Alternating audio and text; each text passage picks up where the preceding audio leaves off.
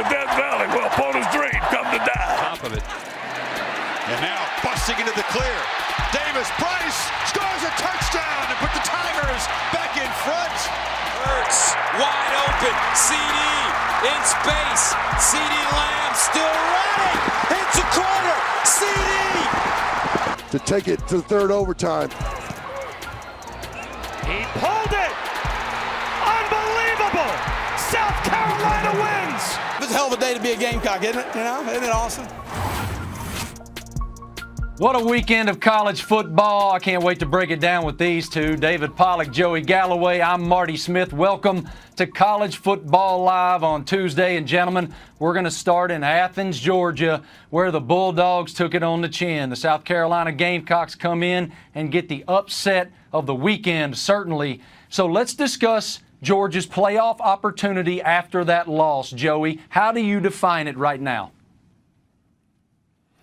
It's fine as far as resume goes because they played Notre Dame, who's a top 10 football team, and beat them, which is why we always preach these teams should play somebody before they get into their conference schedules because it will matter to your resume. And so because they have Florida, because they have Auburn, who are also highly ranked football teams, if they can get to the SEC championship game and play an LSU or an Alabama, which is also a top 5 team, Georgia will be just fine from a resume standpoint. The scary part is the way they looked in that game. We haven't seen Jake Fromm look like that, where he goes 28 of 51. And so that's the part that's scary. They have to fix what they did wrong on Saturday for us to even have this conversation moving forward. They on life support. I know the ifs, ands, or buts, Joey, and I can tell you if they run the table and if they beat Florida and if they beat Auburn and if they beat LSU or Alabama, you just took away your mulligan, your one chance you had to possibly lose close maybe and still make a college football playoff. And you're right, Jake Fromm, it was a rough game. It was not good. You know what, Joey? It wasn't just Jake Fromm. The wide receivers out wide did a lot of losing. They had dropped more passes than they had dropped all season long. That pick right there by Simmons, right through his hand in overtime. Like, they could have made plays. The design of the offense, they're going to have to design more explosive plays, and receivers are going to have to grow and get better because that, to me, was the biggest flaw of the offense was Jake Fromm and the wide receivers. When they made the play at the end of the game, even though Jake Fromm and the offense had struggled during the game, when they made the play to make it 17-17, you still had the feeling, okay, they're going to pull this game out. South Carolina is not a team that feels like that is used to winning these big-time games, especially on the road. They're going to win this game. And they just didn't. They just didn't do what they needed to do at the end of the game to pull it off. And so now we're having this conversation, can Georgia get back in it? They dropped from 3 to 10 in the rankings. So who benefits most, Pollack, from Georgia's misstep? Everybody behind them. I mean, it's not like, listen, I know we're talking about Georgia controls their own destiny, but if I'm Wisconsin, I'm pretty excited now because if I lose to Ohio State and that's my one loss, hey, that's not a bad loss. If I'm Oregon and my one loss was in the opener to Auburn, like, hey, that's a good thing. Like, they lost at home to South Carolina to a pretty bad football team. So, the one thing the committee has showed us over and over and over again, if you lose to a bad team, they will take their pound of flesh. So I think anybody in the playoff race, listen, you got LSU, Alabama, Ohio State, all those folks, they all benefit. Clemson all benefits now with the one loss being to an average team at home. Yeah, I agree with you. I think you look at the other conferences. I think Oklahoma benefits. I think Ohio State, Wisconsin benefit. Anytime we get into these discussions where you could possibly have 2 SEC teams, which before last Saturday, that was the feeling because 3 of these teams were top 5, top 6 teams. And so you always have that discussion early on. And once one of those teams loses in the SEC, then all of a sudden you look around and if you're the Big 12, if you're the Big 10, if you're the ACC, even the Pac-12, then you say, okay, now the door is open. We only want one of these seats to go to the SEC. We don't want them to have 2. Georgia losing helps everyone else. So that door is now wide open. As tough a day as it was for Georgia in Athens, it was a resoundingly great day for the LSU Tigers in Death Valley with a convincing statement victory over an undefeated team in Florida. Joe Burrow continues to impress, and that has now started the narrative. Who is the team to beat in the SEC West? Is it LSU or is it Alabama? So let's start right there, Pollock. Who you got? You got the Bayou Bengals or you got the Tide?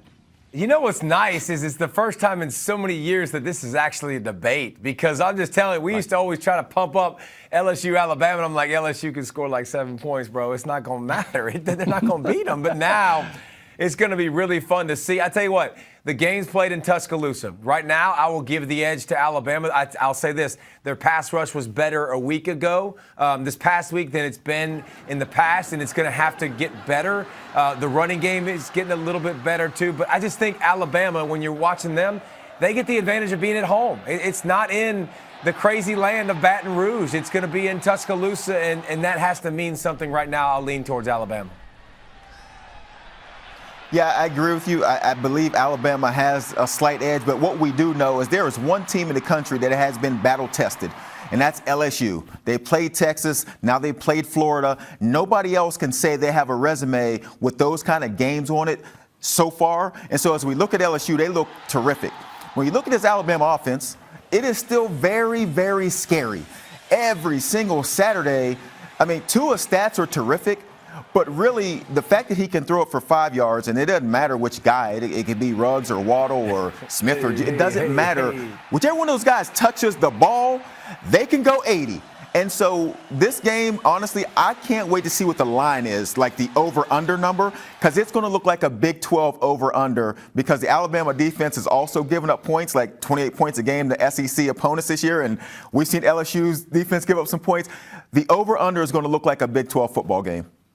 On the football field, it is so impressive what LSU's done. Arguably the two most impressive wins of the year, Texas, and now they beat Florida at home. Speaking of Bama and LSU, let's take a look further into this. At this week's college football rankings brought to you by AT&T, the LSU Tigers are the big movers after that win, up to second in the country behind Alabama. Clemson and Ohio State round out the top four.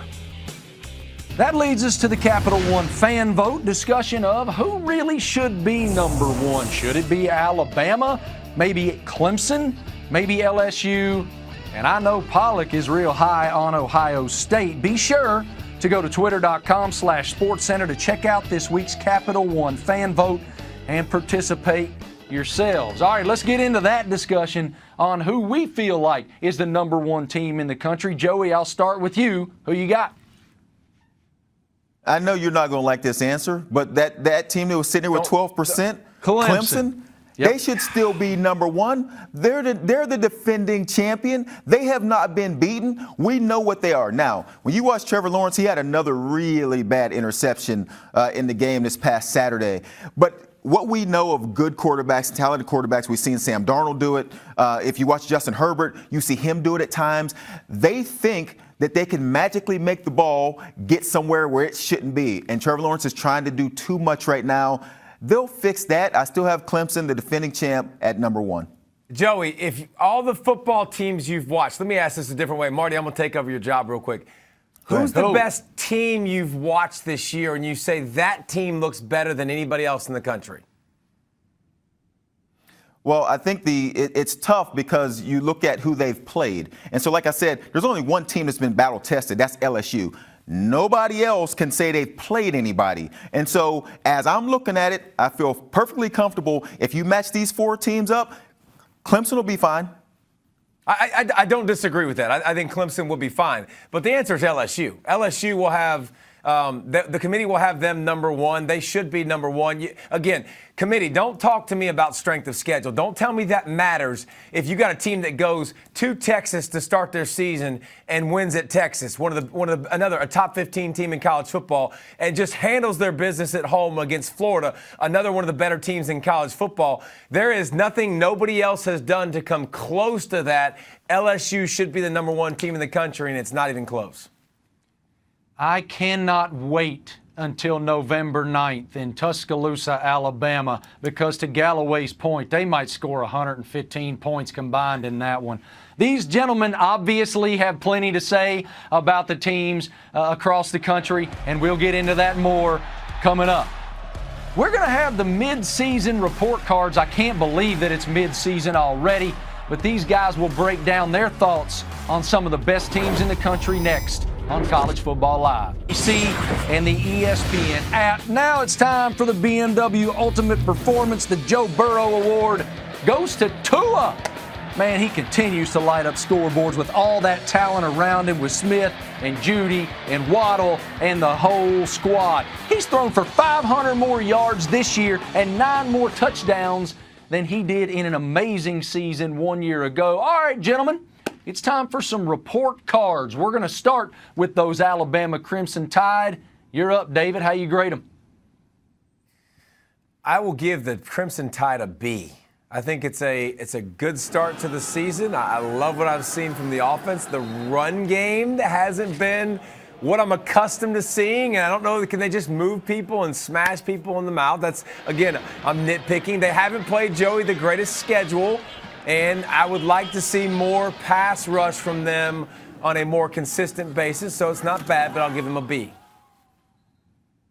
Well, my goodness, if Bama's getting a B, I can't imagine what Pollock is about to do to some of these other teams. I'm going to give them an A. They're 6-0. The offense just looks incredible. Defense is giving up a few more points than they would like, but if your offense is going to get you 50-some points, then you can afford to give up a few points to the other team.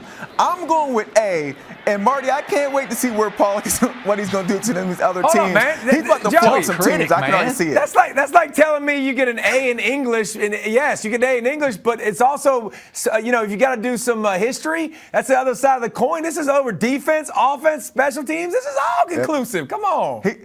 He's about to flunk some teams. This ought to be good. Speaking of A's, there's no doubt the Clemson Tigers were an A at the end of last season. But let's discuss where they are right now, midway through 2019. What you got, Joey? I'm going with a B. Now, if I'm giving them a B, I seriously can't wait to see what Pollock does here. They haven't really played a tough schedule, but they haven't looked like the Clemson we were used to seeing last season. And again, I think Trevor Lawrence, as a young quarterback, had great success last season, is trying to do too much with the football. He needs to rely on some of his weapons. Let Etienne run the ball, but they'll be fine. They don't play anybody. They'll go undefeated. I'll give Clemson a B+. And I say that because coming into the season, the biggest question mark for me by far, how do you reload and fill all those holes defensively? Dude, their defense has been sensational. Now, listen, their offense and Trevor Lawrence hasn't been what we thought it was going to be by any stretch, but their defense, man, they have exceeded expectations big time. I will give them a B+. Speaking of exceeding expectations. Bama fans are like, what? We all had high expectations for Justin Fields and what he would do in Ryan Day's offense, but he is lighting it up. David, where do you got the Buckeyes? A+. What else do you want to see from the Buckeyes? They've got a quarterback now that they can build an offense around with Ryan Day that's running, it's physical. But let's just talk about the D-line, man. I mean, it's better than anybody that we're talking about in this discussion, period. They get after the quarterback. They've got monsters on the defensive side of the football, along with Fields running and throwing with Day. It's an A+ for me. I'll give them an A also. I think that they're a team that hasn't been quite as battle-tested as a team like LSU, but much like Alabama, much like Clemson, they played about the same level of competition. They look really good doing it. They look solid on both sides of the ball. They've yet to play against an offense that was good enough to really challenge this defense, and that's the only question mark coming into the season was, is this defense better than it was last season? We've seen the defense give up a lot of big plays. We knew Ryan Day's terrific coaching offense. We knew he's terrific. And he would get Justin Fields ready. We just need to see what this defense is going to be, and they've been great so far. I give them an A. Michigan, one of the more criticized 5-1 teams I've ever seen after that loss to Wisconsin. Seems like, oh, y'all lit them up. Let's go to the Wolverines, Joey. How you grade them? I'm going to give them a C. I'm not as mean as Pollock. They haven't looked great, but they've only lost the one game. They beat Iowa. It was 10-3. You couldn't even watch it. It was so bad, but they won the game. They get a C because Wisconsin completely ran them over, and you don't see a Michigan team get run over that way. Now, all their games are in front of them. They still have Michigan State. They got Penn State this weekend. They have Ohio State at the end. And so they can always get a passing grade by the end, but right now they're a C. C means average, right? I think Michigan is very average. About average. I mean, when I've watched them this season, offensively, they're below average. Defensively, they've had games with like the Iowa game when they looked like world beaters, and they had games in Wisconsin when they looked really bad. I think they're a pretty average team. They're going to have to improve big time offensively if they're going to have a better season, and they're going to have a season like they want to win 10 games again this year. But the offense, if I was great in the offense, I can promise you it wouldn't be a C. They might be struggling offensively, but Oklahoma is not struggling offensively. I mean, Jalen Hurts is going around the back against Texas. It's unbelievable to watch them perform with Lincoln Riley. So where do you guys put the Sooners? David, where do you have them? First of all, I don't even care. I knew what the offense can do, and I've seen that movie in the credits ad nauseum.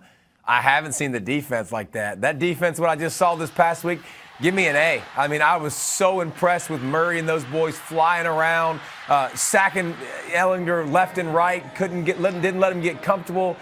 They flew around to the football. It was awesome to watch. Oklahoma Sooners get an A from me up to this point. I agree with you on that. I think they get an A. We're all waiting. Just one thing. We need to see what the defense was going to do. They look good against Sam Ellinger the first time all season. He hasn't thrown for a touchdown pass. When you think Big 12 football and you think about what they're known to be, the over-under in that game I think was 75 is something crazy. That's because they believed that Sam Ellinger and the Texas offense was going to put some points on the board. Oklahoma's defense, really good in this game. And so this team deserves an A. And I don't know what else is left for them moving forward, except they maybe see a Texas, a Baylor as an undefeated team. They might see them later on. But as far as what's happened so far, Oklahoma gets an A. The jump that Kenneth Murray has made this season, he's always had the physical tools. This year, he's taken that to another place, and you can see it all over the field for Oklahoma. Let's talk Oregon real quick. They opened the season with that loss to Auburn. So where are the Ducks right now, Joey? I'm going to give them a B. And that's simply because in that first game, which I appreciate them playing a team like Auburn to begin a season, but they had the lead. They had a lead going against a team with Bo Nix, a freshman quarterback, and you got Justin Herbert. I think they should have kept their foot on the gas pedal and tried to play to win the game as opposed to trying to play with the lead, trying not to lose the game. So I'll give them a B. That's the only game they lost. Yeah, and so we have the start of the season, and then from that point on, it's been really good. It's been great. I mean, I tell you what, if I was grading their defense, I would give them an A in a heartbeat. Their defense has been unbelievable. I mean, you talk about what they've done, just harassing team after team. Nobody got in the end zone against this team since Auburn until last week. I mean, that's how dominant they've become. I think they get since the Auburn game on, man. I'll give them a B+. And very impressed with Oregon and the team that they're doing. And listen, big week against Washington to improve that grade some more and see if this is the team that's going to possibly be in the college football playoff and run the Pac-12 slate. Notice LSU wasn't on our list. I think that's because we all agree they're a big fat A+ right now. They are hooping down in Baton Rouge. Y'all remember the XFL? Wisconsin gets no love. It's okay, Wisconsin. A+, Wisconsin. A+. The league's inaugural draft got underway today. We'll tell you where some of the familiar faces are going, including a Sooner. The XFL season draft is underway today in a 2-day extravaganza that goes through Wednesday as all 8 teams in the league choose their respective 71-man roster for the 2020 season as the league makes its return. Here's some of the pertinent information that you should know.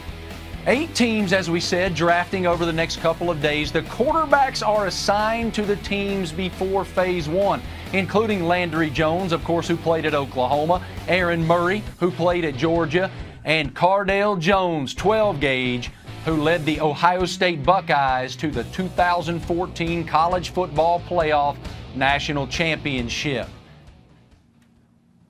Now let's bring in my man, Tom Luganbill. If anybody knows XFL, it's Lugs. This guy has a ring, y'all, from back in 2001.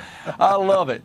All right, Lugs, you're there at the draft. We saw there where the quarterbacks were pre-assigned to their teams. How did that play out?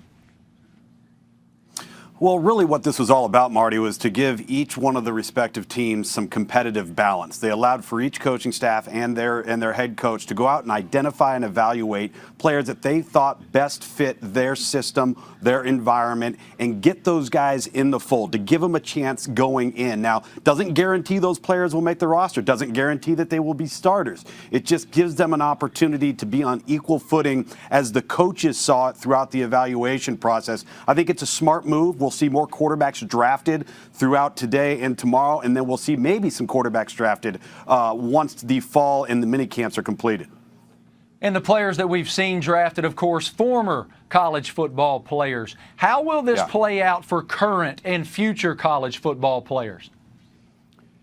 Well, I can't speak to future seasons in the XFL, but I do know in this current cycle they will not be targeting players that are currently enrolled in college. Now, if a player chooses to forego his season of eligibility, ends up not being drafted, somebody like Katie Cannon from Baylor, who was drafted in the XFL, those players are going to be free game in the early going of this process. We'll see how that unfolds later on in subsequent years, but for right now, this is going to be what I would label a free agent draft pool of players with significant professional football experience. I know you've had the opportunity to chat with the commissioner, Oliver Luck. What is he saying about the potential for this league? Well, I think they've had an opportunity, number one, to learn from the first go-around in 2001.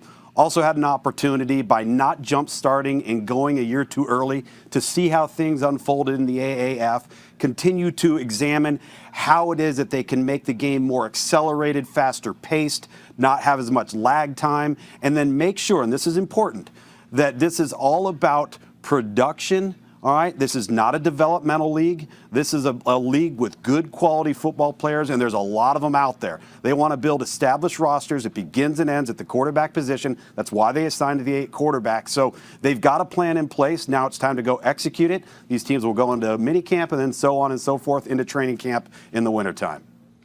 And they'll execute on the field starting in February. You guys can watch on ESPN and ABC. Luke, thanks so much for your insight. Have a great day, bud.